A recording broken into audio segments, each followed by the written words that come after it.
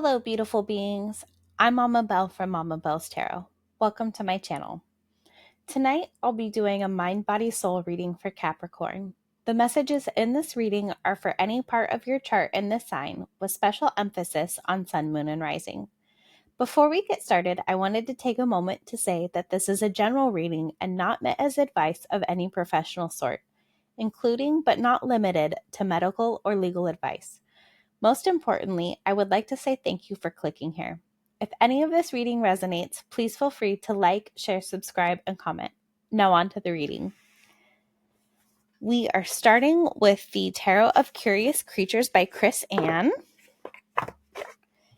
And we are going to be getting a card for the mind, a card for the body, a card for the soul.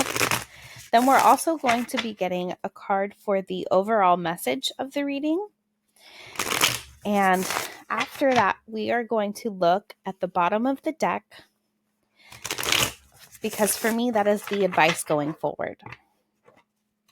So what does Capricorn need to know from the mind? You have the Three of Wands, and that was so quick and so fiery.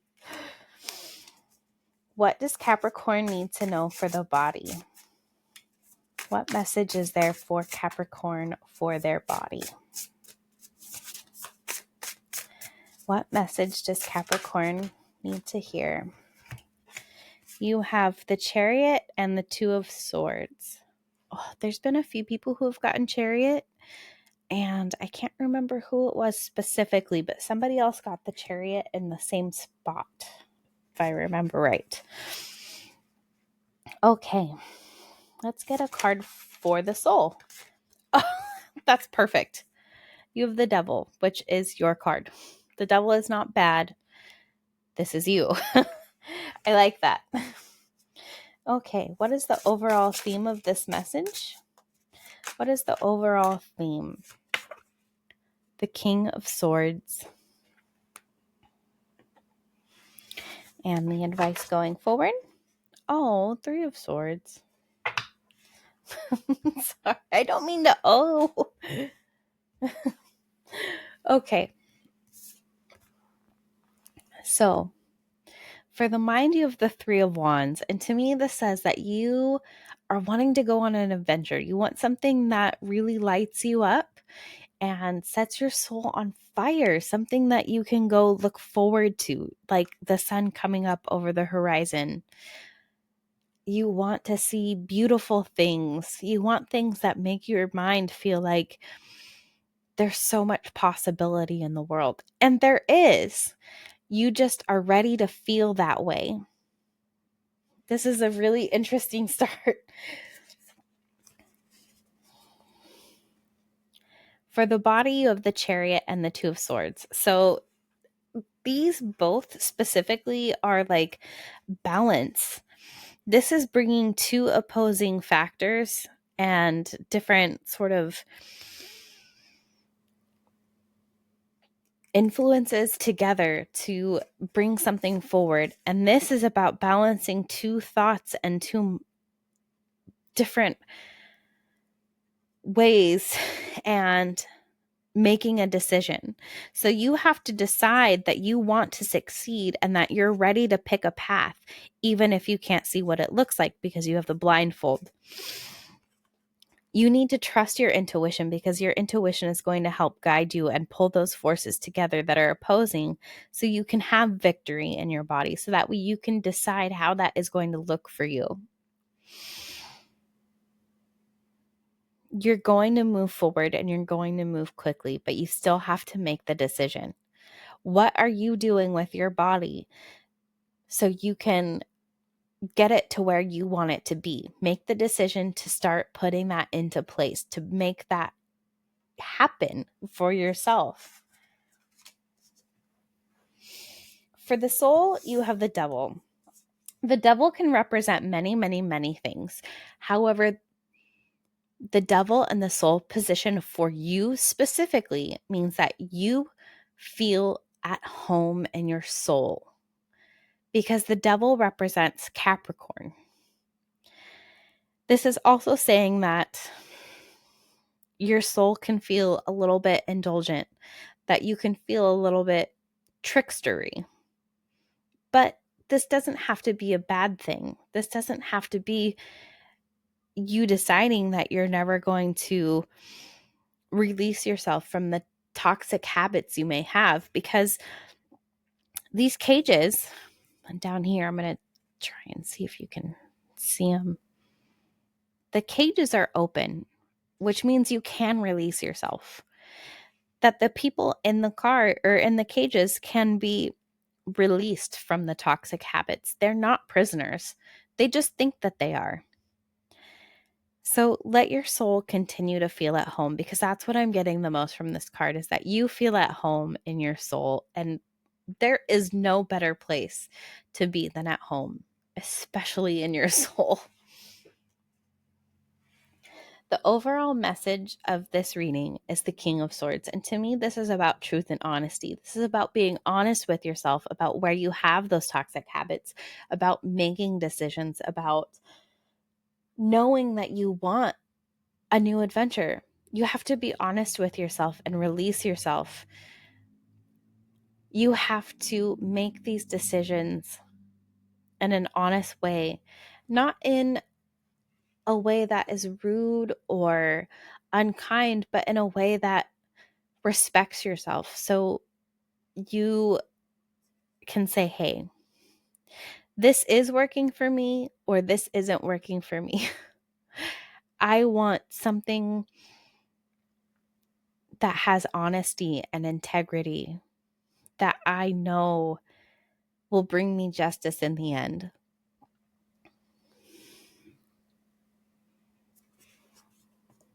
To me, this says all truths are welcome.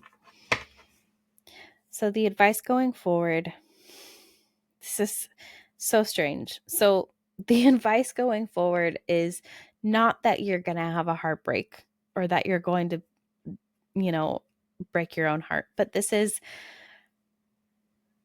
you're going to be in the moment to accept the things that didn't work out the way you wanted them to. The advice going forward is accept that things didn't work, but that this isn't the only thing. That healing will come, but you have to be willing to experience this first. You have to be willing to say that right now this hurts, and live in the hurt for the time being, not forever.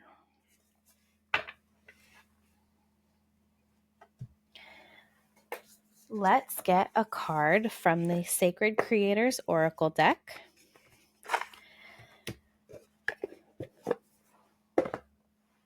And I'm going to read directly out of the guidebook for this.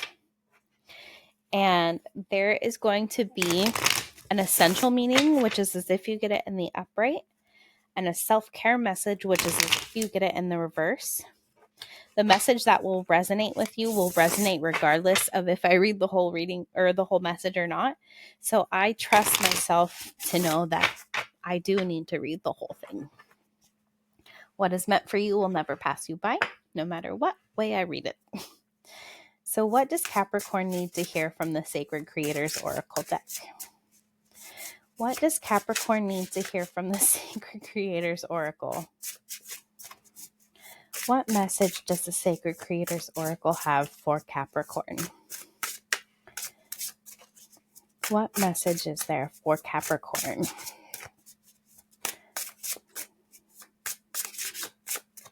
What message for Capricorn from the Sacred Creators Oracle deck? What does the Sacred Creators Oracle want to say?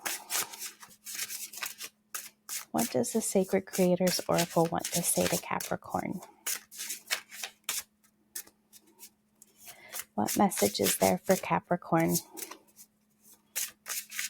Can we get a message for Capricorn from the Sacred Creators Oracle? Your card is taking its dear sweet time. The message is, I'm going to say that the message is going to take a moment. And to me, that's kind of a sign. So I'm going to take a moment because my hand is starting to hurt. So this hasn't happened before on a reading for any of the signs that I've done at all in the history of my channel. But to me, what this says is that take some time to slow down, that you're not going to know all the answers. You have to trust your inner wisdom.